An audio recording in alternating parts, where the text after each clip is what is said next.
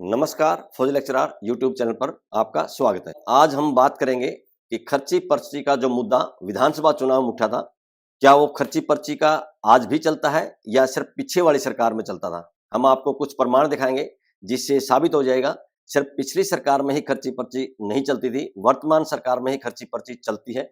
और डॉक्यूमेंट देखने के बाद एहसास हो जाएगा, शायद पिछली सरकार को भी एहसास नहीं होगा कि खर्ची पर्ची किस लेवल पर चलती थी, और वर्तमान सरकार को भी शायद एहसास नहीं है कि खर्ची पर्ची किस तरह से चलती है। डॉक्यूमेंट्स देखकर आपको समझ में आ जाएगा। पहले हम वर्तमान सरकार की खर्ची पर्ची का दिखाएंगे, उसके बाद पिछले वाली सरकार की खर्ची पर्ची का दिखाएंगे, और डॉक्यूमेंट देखने से आपको सब कुछ समझ में आ जाएगा। वर्तमान सरकार की जो खर्ची पर्ची का मामला है, इसके लिए जो मेरे को डॉक्यूमेंट उपलब्ध कराए हैं, और डॉक्टर अंकित फोगाट है, जो एक पीड़ित है जिन्होंने अप्लाई किया था और उन्होंने डॉक्यूमेंट दिए हैं। उसके ऊपर आज ये पहली वीडियो है। उन्होंने कई डॉक्यूमेंट मेरे पास भेजे हैं, सभी डॉक्यूमेंट्स को पढ़ना पड़ेगा, उनको सीक्वेंस में लगाना पड़ेगा, फिर उसके ऊपर अलग से वीडियो बनेगी। आज उन्होंने जो मेरे पास डॉक्यूमेंट भेजे हैं, उनमें से सिर्फ एक डॉक्यूमेंट को ले रहे हैं और दो डॉक्यूमेंट पीछे वाली सरकार के टाइम पे ले रहे हैं। ये पहला डॉक्यूमेंट देखिए जो एचपीएससी का है, और वर्तमान सरकार की पोल खोलेगा खर्ची पर्ची की। ये एचपीएससी का डॉक्यूमेंट है, यानी कि हरियाणा पब्लिक सर्विस कमीशन। ये एक अनाउंसमेंट है। अनाउंसमेंट किसके लिए है? Ayurvedic medical officer group B की भर्ती करनी थी, जो कि आयुष डिपार्टमेंट हरियाणा की थी। विज्ञापन संख्या है 16/2024। जो ये विज्ञापन दिया गया था 21/6/2024 को दिया गया था। और नीचे आप देखेंगे इसमें बहुत सारे कॉलम दिए गए हैं। सबसे पहला जो पॉइंट है वो स्क्रीनिंग टेस्ट के बारे में है। ये जितने आप कॉलम देखेंगे जो लाल रंग से टिक किए हैं, इनको देखने के बाद आपको ऐसा लगेगा कि सरकार बड़े पारदर्शी तरीके से भर्ती कर रही है, जबकि आगे जो पीले रंग में है या अगले डॉक्यूमेंट में जो आपको दिखाएंगे, उससे स्पष्ट हो जाएगा कि किस तरह से खर्ची पर्ची चलती थी। पहले पॉइंट का ए पार्ट देखिए, जो स्क्रीन टेस्ट है उसकी डेट दी गई है कि 22/9/2024 को होगा। बी पॉइंट में दिया है कि जो स्क्रीन टेस्ट है उसका सिलेबस जो है 27/6/2024 को पब्लिश कर दिया गया था, और 100 एमसीक्यू क्वेश्चन आएंगे उस सिलेबस के अनुसार। सी में दिया है टोटल जो मार्क्स होंगे वो 100 नंबर के होंगे। डी में दिया है जो कुल समय होगा एग्जाम का वो 2 घंटे का होगा। ई में दिया है सभी क्वेश्चन के मार्क बराबर हैं। एफ में दिया है 5 ऑप्शन दिए जाएंगे, यानी कि ओमर शीट में 5 खाने रहेंगे। पांचवा ऑप्शन इसलिए दिया गया है, अगर 4 ऑप्शन में से आपको कोई भी ऑप्शन लगता है कि सही नहीं है या आपको समझ में नहीं आया है, आप उस क्वेश्चन को छोड़ना चाहते हैं, फिर आप 5वें ऑप्शन को अडॉप्ट कर सकते हैं, जिसका मतलब है आपने ये क्वेश्चन अटेम्प्ट नहीं किया है।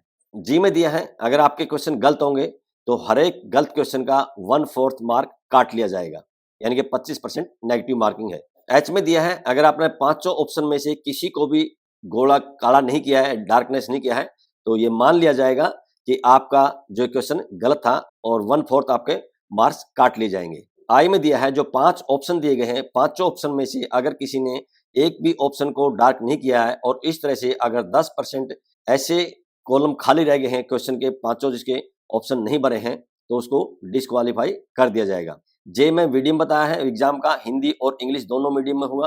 के में दिया है कि जो पासिंग मार्क्स हैं स्क्रीन टेस्ट के वो 25%, यानी कि कम से कम 25 नंबर आपको लेने अनिवार्य है 100 में से। एल में दिया है जो स्क्रीन टेस्ट है उसमें जो पास माने जाएंगे, मिनिमम पासिंग मार्क्स 25% है, लेकिन साथ में एक कंडीशन और लगाई है कि जो विज्ञापन में विज्ञापित जितनी टोटल पोस्ट है उसके 4 गुना लिए जाएंगे। अगर 4 गुना 25% से पहले हो जाते हैं तो 25% से ऊपर मेरिट चली जाएगी, और अगर 25% लेने के बाद भी 4 गुना नहीं होते हैं, फिर 4 गुना से कम भी रह सकते हैं।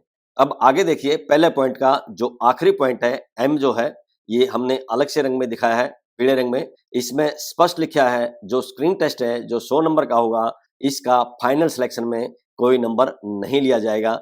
इसमें लिखा है स्क्रीन टेस्ट सिर्फ शॉर्ट लिस्टिंग के लिए किया जाएगा, और ये सबसे गलत है, क्योंकि जब कैंडिडेट ने इतनी मेहनत करके स्कोर हाई किया है तो इसकी वेटेज फाइनल सिलेक्शन में होनी चाहिए। अगले पेज के साथ इसको समझाएंगे। अब इसके सबसे नीचे आ जाइए, दूसरा पॉइंट है। दूसरा पॉइंट में दिया है सब्जेक्ट नॉलेज टेस्ट, यानी कि सब्जेक्ट के लिए एक अलग से टेस्ट लिया जाएगा जो स्क्रीनिंग में पास होंगे 4 गुना और 25% की जो कंडीशन है।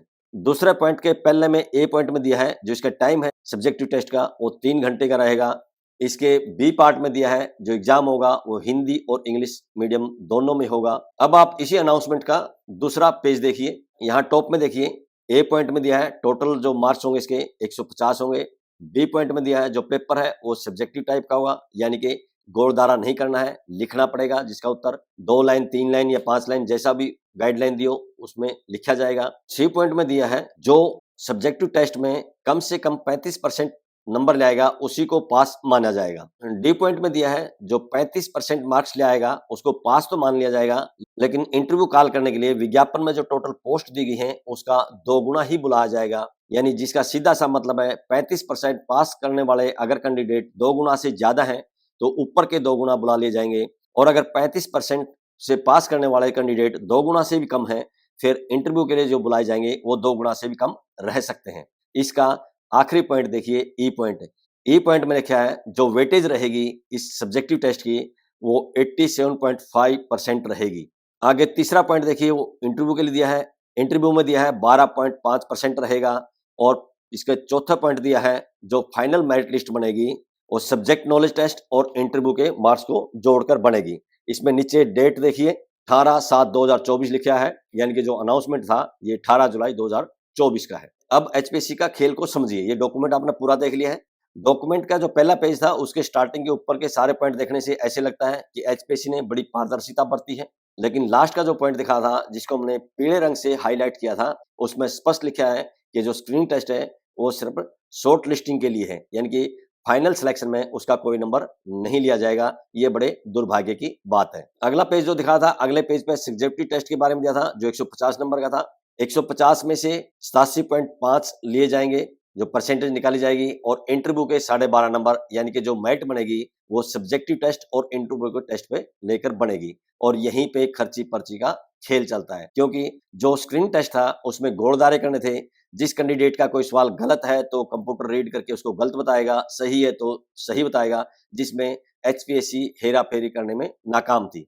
इसलिए एचपीएससी ने एक नया फार्मूला निकाला कि सब्जेक्टिव टेस्ट रखिए, और सब्जेक्टिव टेस्ट में जो प्रश्न दिए हैं, उदाहरण के लिए अगर कोई 4 नंबर का प्रश्न दिया है या 5 नंबर का प्रश्न दिया है, जो आंसर शीट को चेक करने वाला है वो उसकी मर्जी है किसको 5 में से 5 दे, किसको 5 में से 3 दे। यानी कि जिसको बाहर का रास्ता दिखाना होगा उसको कम नंबर दे देंगे, जिसका सिलेक्शन करना होगा उसके थोड़े लिखने के बाद भी ज्यादा नंबर दे देंगे। और इस तरह से यहाँ पर ये खर्ची पर्ची का खेल चलता है। अब आपको समझाते हैं कि एचपीएससी ने बदलाव कैसे किया, पहले एचपीएससी में भर्तियां कैसे होती थी। ये अगला डॉक्यूमेंट देखिए। ये डॉक्यूमेंट भी एचपीएससी की भर्ती का क्राइटेरिया का है, जो स्कूल लेक्चरर कैडर की भर्ती के लिए था, अलग सब्जेक्ट की।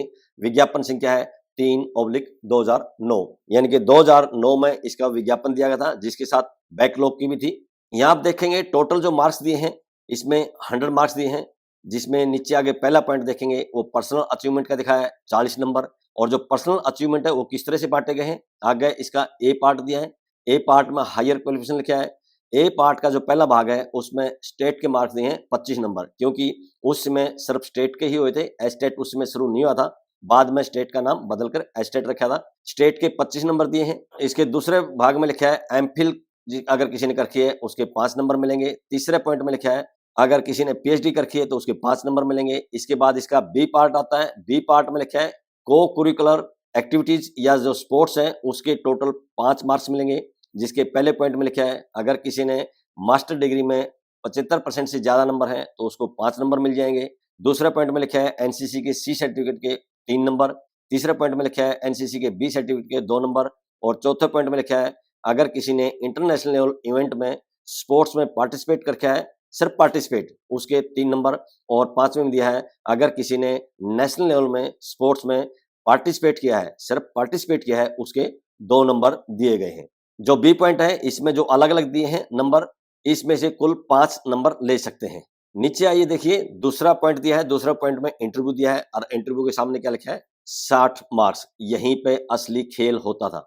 आगे अगर आप देखेंगे जो 60 मार्क्स हैं, इन 60 मार्क्स को 3 हिस्सों में बांटा गया है। ये सिर्फ लोगों को बुद्धू बनाने के लिए बांटा गया है। 20-20 मार्क्स से दिखाए गए हैं।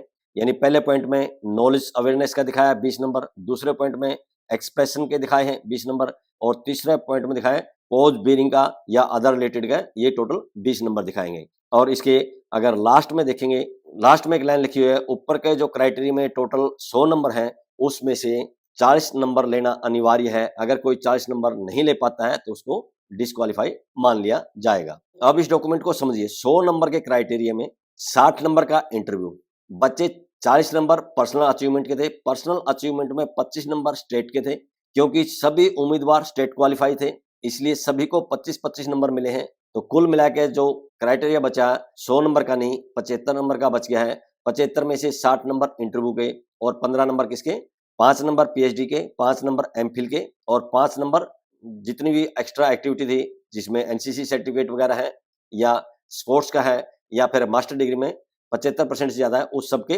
5 नंबर है। 1 मिनट के लिए मान लेते हैं कोई ऐसा उम्मीदवार है जिसने पीएचडी कर रखी है, उसको 5 नंबर मिल गए, एमफिल भी कर रखी है 5 नंबर मिल गए, स्पोर्ट्स का या मास्टर डिग्री में उसने 75% ले रखे हैं, 5 नंबर यहाँ मिल गए, टोटल 15 नंबर ये हो गए और 25 नंबर स्टेट के, स्टेट यानी कि पात्रता, वो सभी के लिए था। अगर एचपीएससी किसी का सिलेक्शन करना चाहती थी तो 60 में से 40 नंबर दे दो, 40 इंटरव्यू के, 25 पात्रता के, कितने हो गए, 65 नंबर हो गए। और अगर किसी ने एमफिल पीएचडी या एनसीसी स्पोर्ट्स के सारे सर्टिफिकेट हैं, उसको अगर देखेंगे 25 नंबर उसको पात्रता के हैं और 15 नंबर मान ले उसके वो मिल जाते हैं, 25 से 15 40 हो जाते हैं। अगर उसको इंटरव्यू में 15 या 20 नंबर दे दें, 55 या 60 नंबर बनेंगे, इस तरह से उसको मेरिट से आउट किया जाता है। इसी भर्ती के अंदर मैंने भी अप्लाई किया था और आपको यकीन नहीं होगा, मेरे को एचपीएससी ने 60 में से सिर्फ 14 नंबर दिए थे और ये आंकड़े एचपीएससी ने हाई कोर्ट में केस के दौरान प्रस्तुत किए हैं। ये आने वाले वीडियो में उसके बारे में विस्तार से आपको बताएंगे। एचपीएससी के जिस क्राइटेरिया की हम बात कर रहे थे, ये टोटली इंटरव्यू के आधार पर भर्ती की गई थी, यानी कि जिसकी खर्ची या पर्ची चली गई थी उसको सिलेक्शन कर दिया था, जिसकी खर्ची पर्ची नहीं गई थी उसका सिलेक्शन नहीं हुआ था। यहाँ मैं ये नहीं कहूंगा कि सरकार की गलती थी, ये टोटली एचपीएससी का फंडा था। एचपीएससी ने सारी हेराफेरी की थी और एचपीएससी ही इसमें दोषी है, सरकार को मैं इसको दोषी नहीं मानता हूँ। वर्तमान सरकार का जो हमने शुरुआत में देखा, उसमें भी सरकार को हो सकता है पता भी ना हो कि एचपीएससी किस तरह का खेल खेल रही है। जो भी एचपीएससी का हमने 2012 का आपको क्राइटेरिया दिखा था, उसको लेकर हमने अखबार में खबर भी छपवाई थी, ये खबर आप देख सकते हैं। दैनिक जागरण की ये खबर है, यहाँ टॉप में लिखा है शैक्षणिक योग्यता और लिखित परीक्षा को किया दरकरार, यानी कि 10वीं plus 2 BA master degree BEd और स्टेट वगैरह जितने नंबर थे, अभी जो आपको क्राइटेरिया दिखा था उसमें इनका कोई अंक नहीं जोड़ा गया है। अगला जो बड़ा हेडिंग दिया है, इंटरव्यू ठीक तो काहे की फिक्र, वो अभी हमने आपको समझाया था कि जिसके इंटरव्यू में ज्यादा नंबर लगा दिए उसका सिलेक्शन होगा, जिसके इंटरव्यू में कम नंबर लगा दिए उसका सिलेक्शन नहीं हुआ। इसके नीचे देखेंगे पेन के साथ मैंने ये लिखा है, ये 19/1/2013 यानी कि 19 जनवरी 2013 का ये दैनिक जागरण का अखबार है और पेज नंबर 2 यानी कि मेन अखबार का मेन पेज नंबर 2 है और बीच में आप देखेंगे दैनिक जागरण विशेष लिखा है, यानी कि दैनिक जागरण की विशेष खबर थी। लेफ्ट साइड में जो देखेंगे इसमें हमने पूरा ब्यौरा दिया था कि अब ऐसा क्यों नहीं होता, क्योंकि पहले जो भर्ती होती थी उसमें अगर सीधा इंटरव्यू होता था तो एकेडमिक के 80 नंबर होते थे, यानी कि 10वीं प्लस 2 बीए और मास्टर डिग्री वगैरह के नंबर जोड़ के 80 नंबर होते थे और सिर्फ 20 नंबर का इंटरव्यू होता था, यही हमने इसमें दिखाया है। अगर रिटन टेस्ट होता था तो रिटन टेस्ट 200 नंबर का होता था और 25 नंबर का इंटरव्यू होता था। रिटन टेस्ट अगर 200 का है तो वहां कैंडिडेट रिटन में अगर ज्यादा रहता था तो इंटरव्यू में उसको मार पाना आसान नहीं होता था। तो इसमें हमने ये उदाहरण दिए थे कि जैसे पहले भर्तियां होती थी, अब एचपीएससी में ऐसा क्यों नहीं होता है। ये थी अखबार की खबर।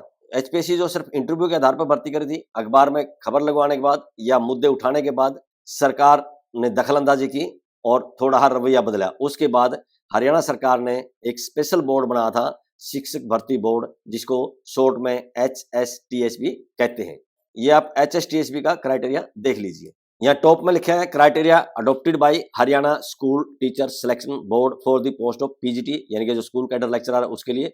विज्ञापन संख्या दिया है 1/2012। इसको शॉर्ट में हम HSTSB बोलते हैं। यहाँ नीचे देखेंगे टोटल 100 मार्क्स इसमें दिखाए गए हैं। इसमें जो आप एकेडमिक के देखेंगे टोटल 67 नंबर दिखाए गए हैं। जो 67 है वो किस तरह से नीचे इसका बंटवारा किया गया है। 10 नंबर है वो किसके होंगे, ग्रेजुएशन के, यानी कि ग्रेजुएशन में आपके जितने परसेंटेज हैं उस परसेंटेज में से 10% ले लिया जाएगा, मैक्सिमम 10 रहेंगे। ये दूसरे पॉइंट में दिया है एसेंशियल क्वालिफिकेशन, इसके 35 नंबर है, यानी कि आपके मास्टर डिग्री में जितनी परसेंटेज है उस परसेंटेज का 35% ले लिया जाएगा, मैक्सिमम 35 है ये। इसके बाद इसका बी भाग में बीएड का दिया है, यानी कि बीएड में आपके कुल जितने अंक आए हैं, यानी बीएड में जो आपकी परसेंटेज है उस परसेंटेज का 5% ले लिया गया है। और तीसरे पॉइंट में हायर क्वालिफिकेशन के दिए हैं, जो टोटल 5 मार्क्स हैं, 5 आगे फिर डिस्ट्रीब्यूट किए हैं, 3 नंबर पीएचडी के लिए और आगे 2 नंबर एमफिल के लिए।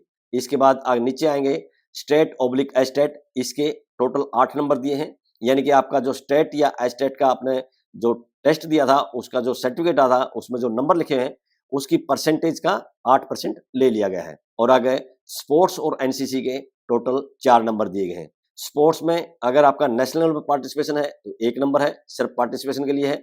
अगर इंटरनेशनल लेवल का पार्टिसिपेशन है उसका भी 1 नंबर है। एनसीसी के सी सर्टिफिकेट का 1 नंबर है, एनसीसी के बी सर्टिफिकेट का 1 नंबर है। इस तरह से टोटल 4 नंबर आप ये ले सकते हैं। सबसे नीचे जो छठा पॉइंट दिया है उसमें देखिए 33 नंबर इसमें दिखाए गए हैं, यानी कि 33 नंबर ये किस चीज के हैं? ये 33 नंबर इंटरव्यू के हैं। अब आप ये सोचोगे कि जो एचपीएससी में 60 नंबर का इंटरव्यू था, रिटन का कोई नंबर नहीं था, एकेडमी का कोई नंबर नहीं था, यहाँ एचएसटीएसबी में क्योंकि रिटन हुआ था, डायरेक्ट इंटरव्यू था और एकेडमी के नंबर दिखाए गए हैं। अगर आप एचएसटीएसबी का क्राइटेरिया देखेंगे तो आपको लगेगा कि 67 नंबर का एकेडमिक है, सिर्फ 33 का इंटरव्यू है, इसमें क्या हेरा फेरी हुई? यहाँ इसको समझने की कोशिश करते हैं। जो 67 नंबर एकेडमी के दिए गए हैं, यहाँ जो पार्ट वाइज आपको समझाए गए थे, वो 67 नंबर परसेंटेज में से परसेंटेज निकाली गई है। उदाहरण के लिए अगर किसी के मास्टर डिग्री में 60% है तो 60% का 35% निकालेंगे और वो फिर उसमें 35 नंबर नहीं आएंगे। 35 नंबर कब आएंगे? जब आपके 100% नंबर हो तब आपको 35 मिल सकते हैं। इस तरह से जो आपका ग्रेजुएशन था, मास्टर डिग्री था, बीएड था और आपका जो स्टेट का था या एस्टेट का था और एनसीसी और स्पोर्ट्स के सर्टिफिकेट हैं, सबको मिलाकर जो एकेडमी के 67 नंबर लिए गए हैं, अगर कैलकुलेशन करेंगे तो कैंडिडेट्स के जो नंबर आते हैं वो 24-25 नंबर से लेके 36-37 के बीच में आते हैं। किसी के एकेडमिक में 24-25 से लेके 36-37 तक है और इंटरव्यू 33 नंबर का है, बड़े आराम से 33 नंबर में हेरा फेरी की जा सकती है और उसमें की भी गई थी। जिसके 36 या 37 एकेडमी में थे, खर्ची पर्ची नहीं गई थी, उसको इंटरव्यू में कम नंबर देकर बाहर का रास्ता दिखा दिया था और जिसके एकेडमिक में 25, 26 या 27 नंबर थे, उसको इंटरव्यू में ज्यादा नंबर देके सिलेक्शन कर दिया था। जब हाई कोर्ट में केस डाला गया तो हाई कोर्ट में बाकायदा जो पीड़ित लोग थे उन्होंने एक चार्ट हाई कोर्ट में सबमिट किया था, जिसके जितने एकेडमिक नंबर ज्यादा हैं उसको इंटरव्यू में उतने कम नंबर दिए गए हैं और जिसके एकेडमिक में कम नंबर हैं उसके उसी सीक्वेंस में एक टेबल बना के इंटरव्यू में ज्यादा नंबर दिए गए हैं। लेकिन कोर्ट ने उनकी उस दलील को नहीं सुना था। हालांकि वो सभी केस खारिज हो गए थे, लेकिन उसका नतीजा ये रहा कि सरकार पर प्रेशर पड़ा और एचपीएससी ने जो प्रेजेंट फार्मूला निकाला है ये उसी कारण निकला है। एचपीएससी ने अब ऐसा फार्मूला निकाला कि पब्लिक को दिखाने के लिए और सरकार को दिखाने के लिए ऐसा दिखा दिया कि बड़ी पारदर्शिता है। ये पहले स्क्रीन टेस्ट होगा, स्क्रीन टेस्ट के इतने सारे कंडीशन लगा दी कि बड़ी पारदर्शिता दिखाई गई है। लास्ट में लिख दिया स्क्रीन टेस्ट का कोई नंबर नहीं लिया जाएगा। फिर जो सब्जेक्टिव है उसके ऊपर सारा खेल खेला जाता है। पहले एचपीएससी सिर्फ इंटरव्यू के आधार पर भर्ती करती थी, अब सिर्फ सब्जेक्टिव टेस्ट के आधार पर भर्ती करती है। एचपीएससी का ये डॉक्यूमेंट डॉक्टर अंकित फोगाट ने मुझे उपलब्ध कराया है। उसने इसके साथ और भी कई डॉक्यूमेंट उपलब्ध कराए हैं। वो सब डॉक्यूमेंट को पढ़ना है, सीक्वेंस में लगाना है, उसके बाद उसके ऊपर विस्तार से वीडियो बनाएंगे और आपको समझाएंगे। यानी कि स्पष्ट है कि वर्तमान में भी एचपीएससी में खर्ची पर्ची धड़ल्ले से चल रही है। इस डॉक्यूमेंट से ऐसा प्रतीत होता है। सरकार को भले इसका एहसास ना हो, जो भी बंदा इस सरकार का चाहने वाला है उस सरकार को एहसास कराए, सरकार को समझाए कि एचपीएससी किस तरह से जो डिजर्विंग कैंडिडेट है उनको सब्जेक्टिव टेस्ट में कम नंबर देकर बाहर का रास्ता दिखाती है और जो डिजर्विंग नहीं है, जिनकी खर्ची पर्ची चलती है, सरकार के नाक के नीचे चलती है, उनका सिलेक्शन कर दिया जाता है। डॉक्टर अंकित फोगाट ने मुझे बताया है कि जिन कैंडिडेट्स के स्क्रीन टेस्ट में ज्यादा नंबर थे उनको सब्जेक्टिव टेस्ट में कम नंबर देकर बाहर का रास्ता दिखा दिया, इंटरव्यू तक के लिए नहीं बुलाया और जिनके स्क्रीन टेस्ट में कम से कम नंबर थे उनको सब्जेक्टिव टेस्ट में ज्यादा नंबर देके और इंटरव्यू के लिए कॉल कर लिया गया है। तो इस तरह से इन डॉक्यूमेंट से स्पष्ट होता है कि पिछली सरकार में खर्ची पर्ची चलती थी तो वर्तमान सरकार में भी खर्ची पर्ची चलती है, भले ही सरकार दावा के कि खर्ची पर्ची नहीं चलती। आज की इस वीडियो में बस इतना ही। वीडियो पसंद आई हो तो लाइक कीजिए, दोस्तों के साथ शेयर कीजिए। इसी तरह की वीडियो देखने के लिए चैनल को सब्सक्राइब कीजिए। बहुत बहुत शुक्रिया, धन्यवाद, जय हिंद।